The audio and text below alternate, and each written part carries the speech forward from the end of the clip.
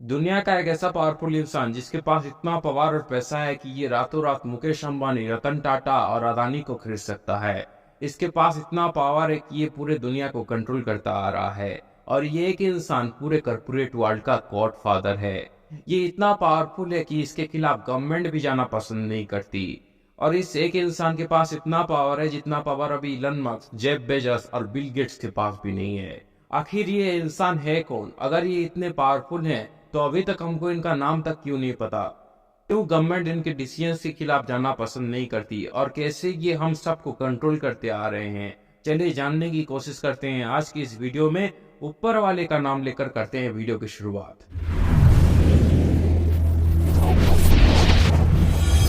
1988 ये वो साल था जब अमेरिका में एक छोटी सी एसेट्स मैनेजमेंट कंपनी की शुरुआत होती है और आज के डेट में ये कंपनी इतनी बड़ी हो चुकी है कि ये पूरे कॉर्पोरेट वर्ल्ड को कंट्रोल करता आ रहा है, जिसका नाम है ब्लैक रॉक। ब्लैक रॉक एक एसेट्स मैनेजमेंट कंपनी है और दुनिया भर के बड़ी बड़ी कंपनियों के एसेट्स को ब्लैक रॉक ही मैनेज करता है। आज के डेट में ब्लैक रॉक 10 ट्रिलियन डॉलर्स के एसेट्स को मैनेज करता है। जिस कंपनी के एसेट्स को ब्लैक रॉक मैनेज नहीं कर पाता, उस कंपनी में ये कुछ पैसा इन्वेस्ट करके उसके कुछ शेयर्स को ब्लैक रॉक ओन करता है और इस तरह बड़ी बड़ी कंपनियों को ब्लैक रॉक कंट्रोल करता आ रहा है। दुनिया में ऐसी बहुत सी कंपनियां हैं जिनमें ब्लैक रॉक ने अपना पैसा इन्वेस्ट किया हुआ है। उनमें से कुछ कंपनियों के नाम मैं आपको बताना चाहता हूँ। एप्पल में ब्लैक रॉक का 6.5% का शेयर्स है, फेसबुक में ब्लैक रॉक का 6.5% का शेयर्स है और फोर्ड में ब्लैक रॉक का 7.25% का शेयर्स है। ये तो कुछ ही कंपनियों के नाम है। ऐसी बहुत सी कंपनियां मौजूद है जिनमें ब्लैक रॉक ने अपना पैसा इन्वेस्ट किया हुआ है। आज की डेट में ब्लैक रॉक 35 कंट्रीज में फैल चुका है और 500 से ज्यादा कंपनियों को ब्लैक रॉक डायरेक्टली हैंडल करता है। दुनिया भर में ब्लैक रॉक के 78 ऑफिसर्स मौजूद हैं और ब्लैक रॉक का मेन ब्रांच न्यूयॉर्क सिटी में मौजूद है। और ब्लैक रॉक की इस ग्रोथ के पीछे एक ऐसे इंसान का हाथ है जिसका नाम तक हम नहीं जानते। इनका नाम है लैरी फिंक और ये ब्लैक रॉक के फाउंडर हैं।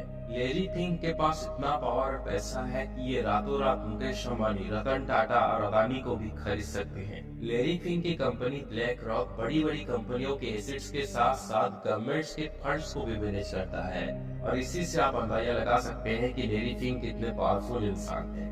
ये कहना गलत नहीं होगा कि लैरी फिंक पूरे कॉर्पोरेट वर्ल्ड के गॉडफादर हैं।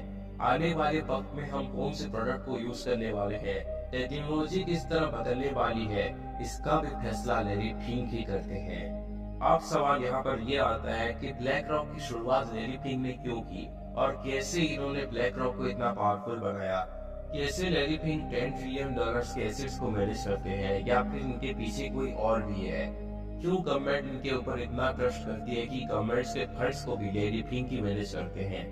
अगर ये इतने पावरफुल है तो अभी तक हमको इनका नाम तक क्यों नहीं पता? इन सारे सवालों के जवाब को जानने के लिए हमको चलना होगा 1952 में। लैरी फिंक का जन्म 2 नवंबर 1952 में अमेरिका में एक मिडिल क्लास परिवार में होता है। लैरी फिंक के पिता का एक शू शॉप था और लैरी फिंक की मम्मी एक टीचर थी, लेकिन लैरी फिंक बचपन से ही बहुत इंटेलिजेंट थी।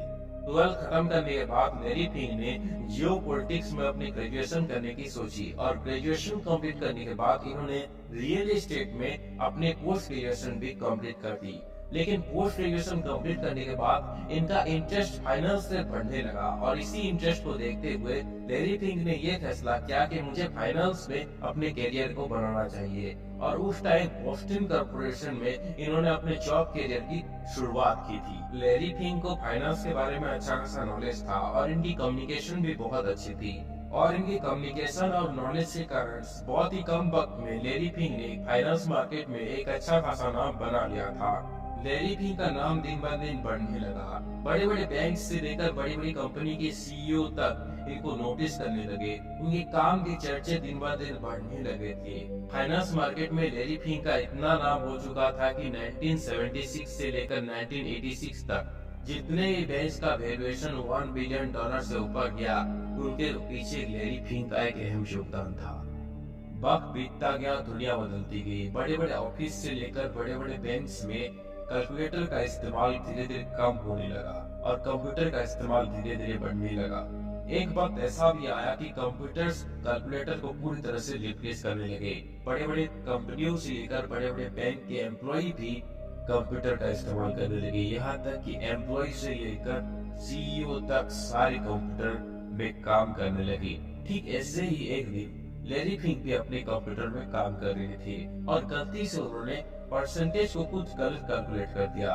लेकिन लैरी फिंक को ये मालूम नहीं था कि इस छोटी सी गलती के कारण उनको बहुत बड़ी सजा मिल सकती है। जब ये बात बोस्टन कॉर्पोरेशन को मालूम चला, तब उन्होंने जब देखा तो उनको मालूम चला सिर्फ 3 महीनों में उनको $100 मिलियन का नुकसान हो चुका है, और वो भी लैरी फिंक के कारण। उनको एक बहुत बड़ा झटका मिला।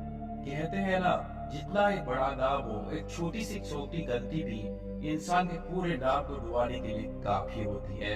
ठीक ऐसा ही हुआ लैरी फिंक के जिंदगी के साथ भी।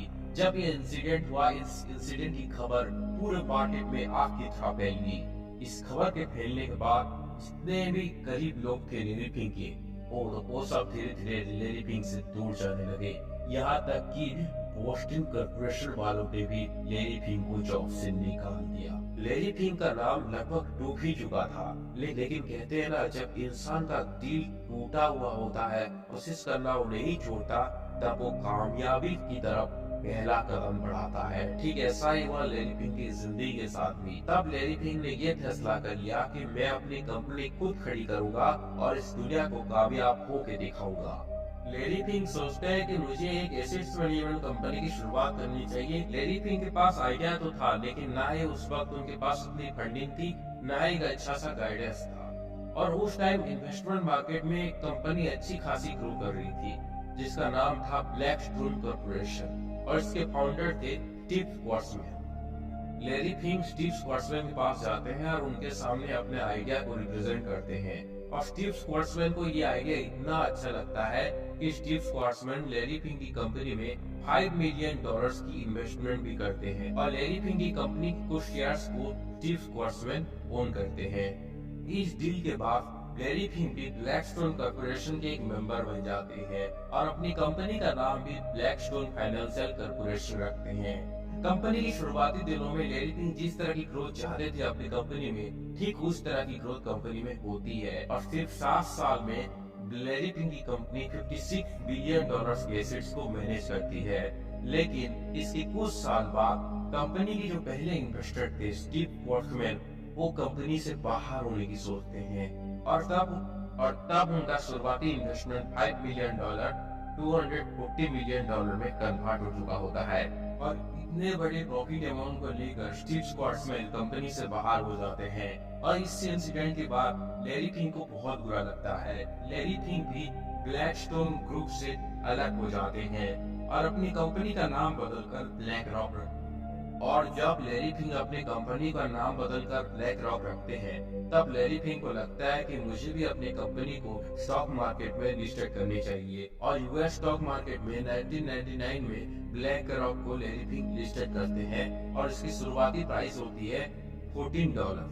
1999 के एंड तक ब्लैक रॉक इतना पावरफुल बन चुका था कि ब्लैक रॉक $165 मिलियन के एसेट्स को मैनेज कर रहा था। और स्टॉक मार्केट में आने के बाद ब्लैक रॉक की वैल्यूएशन बढ़कर $900 मिलियन तक पहुंच गया। यानी कि ब्लैक रॉक दिन ब दिन ग्रो करने के साथ साथ ज्यादा पावरफुल भी बन रहा था। अब तक तो लैरी फिंक से बड़ी बड़ी कंपनियों के एसेट्स को मैनेज करते थे, लेकिन 1999 के बाद ये बड़ी बड़ी कंपनियों में अपना पैसा इन्वेस्ट भी करने लगे और अपना मास्टर स्ट्रोक यहाँ पर लैरी फिंक खेलने लगी। बड़ी बड़ी कंपनियों में लैरी फिंक अपना पैसा इन्वेस्ट करते थे और उस कंपनी के कुछ शेयर्स को ये खुद ओन करते थे। धीरे धीरे लैरी फिंक हर एक सेक्टर में अपना पैसा इन्वेस्ट करते चले गए, चाहे वो एजुकेशन सेक्टर हो, चाहे वो फाइनेंस सेक्टर हो, चाहे फूड इंडस्ट्री हो, चाहे वो हेल्थ सेक्टर हो। हर एक सेक्टर में इनका पैसा इन्वेस्ट होता था और हर एक सेक्टर को ये कंट्रोल करते चले गए। लेकिन अभी तक इनका हाथ गवर्नमेंट तक नहीं पहुंचा था। लेकिन फिर साल आता है 2008। 2008 में अमेरिका में एक रिसेशन की शुरुआत होती है और देखते ही देखते ये पूरे दुनिया में फैलता चली जाता है। और इस रिसेशन की वजह से दुनिया भर की गवर्नमेंट बहुत परेशान होती है। दिन ब दिन दुनिया भर की इकोनॉमी डाउन होती चली जाती है और इस रिसेशन की वजह से दुनिया भर की गवर्नमेंट को $2 ट्रिलियन का नुकसान उठाना पड़ता है।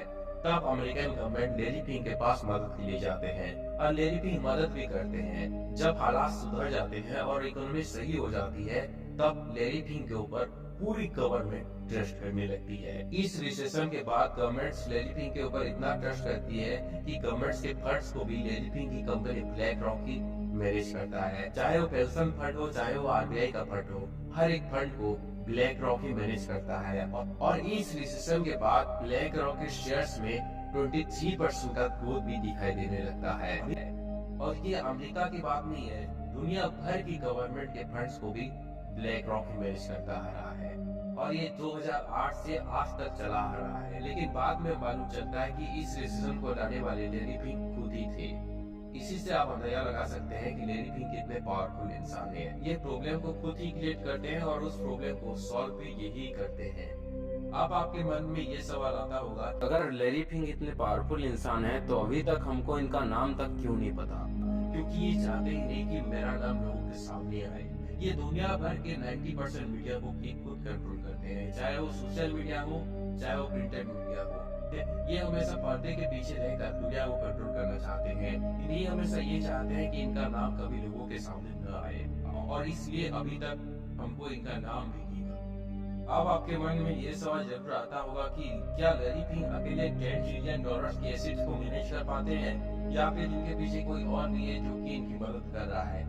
ये बात सच है कि लैरी फिंग $10 ट्रिलियन के एसेट्स को मैनेज करती है, लेकिन ये बात सच नहीं कि लैरी फिंग अकेले $10 ट्रिलियन के एसेट्स को मैनेज करती है। लैरी फिंग के पास दुनिया की सबसे पावरफुल एआई है जिसका नाम है अलादीन। अलादीन के पास इतना डेटा है जितना कि अभी गूगल के पास और अमेज़न के पास भी नहीं है। अलादीन एक ऐसा एआई टूल है जो कि अकेले $10 ट्रिलियन के एसेट्स को मैनेज करता है। और अलादीन को बनाने वाला भी और कोई नहीं बल्कि ब्लैक रॉक ही है। लैरी फिंग जैसे लोग पीछे रहकर इस पूरे दुनिया को कंट्रोल करते आ रहे हैं। चलिए, ये तो मालूम चल गया कि लैरी फिंग कॉर्पोरेट वर्ल्ड के साथ साथ हम सबको भी कंट्रोल करते आ रहे हैं। लेकिन सवाल यहाँ पर ये है कि क्या लैरी फिंग से भी ज्यादा पावरफुल लोग मौजूद हैं? और क्या लैरी फिंग से भी ज्यादा अमीर लोग मौजूद हैं? अगर है तो वो कहाँ है और कौन है? सवाल बहुत सारे हैं, लेकिन जवाब की तलाश में मैं और आप हमेशा रहेंगे। वीडियो अच्छा लगा तो वीडियो को लाइक कीजिए और वीडियो को शेयर कीजिए और चैनल को सब्सक्राइब करना मत भूलिए। मिलते हैं और एक नए वीडियो में।